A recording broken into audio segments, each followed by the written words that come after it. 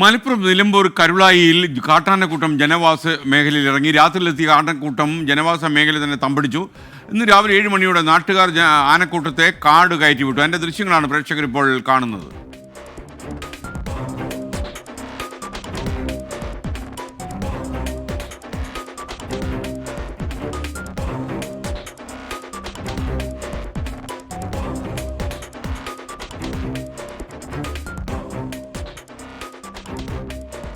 വിവരങ്ങളുമായി സമീർ ബിൻ കരീം ചേരുന്നു. സമീർ, ജനവാസ മേഖലയിൽ നിന്ന് ഈ കാട്ടാനക്കൂട്ടം കാട്ടിലേക്ക് കയറിപ്പോയോ?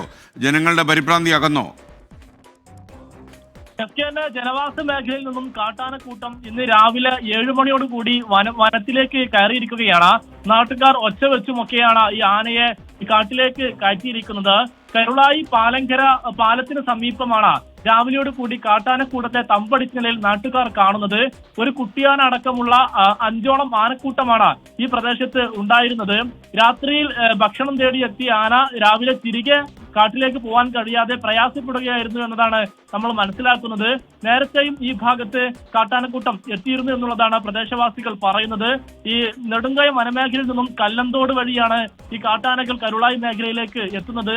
ഈ കരിമ്പുഴക്ക് കുറുകെ വനമേഖലയും കരിമ്പുഴയുടെ മറ്റൊരു ഭാഗത്ത് ജനവാസ മേഖലയുമാണ് എന്നുള്ളതാണ് പ്രദേശവാസികൾ വ്യക്തമാക്കുന്നത്. ഏതായാലും കാട്ടാനക്കൂട്ടം വലിയ ബുദ്ധിമുട്ടുകളോ മറ്റു പ്രശ്നങ്ങളോ ഉണ്ടാക്കാതെ കാട് കയറി എന്നുള്ളതാണ് ആശ്വാസകരമായിട്ടുള്ള ഒരു കാര്യം.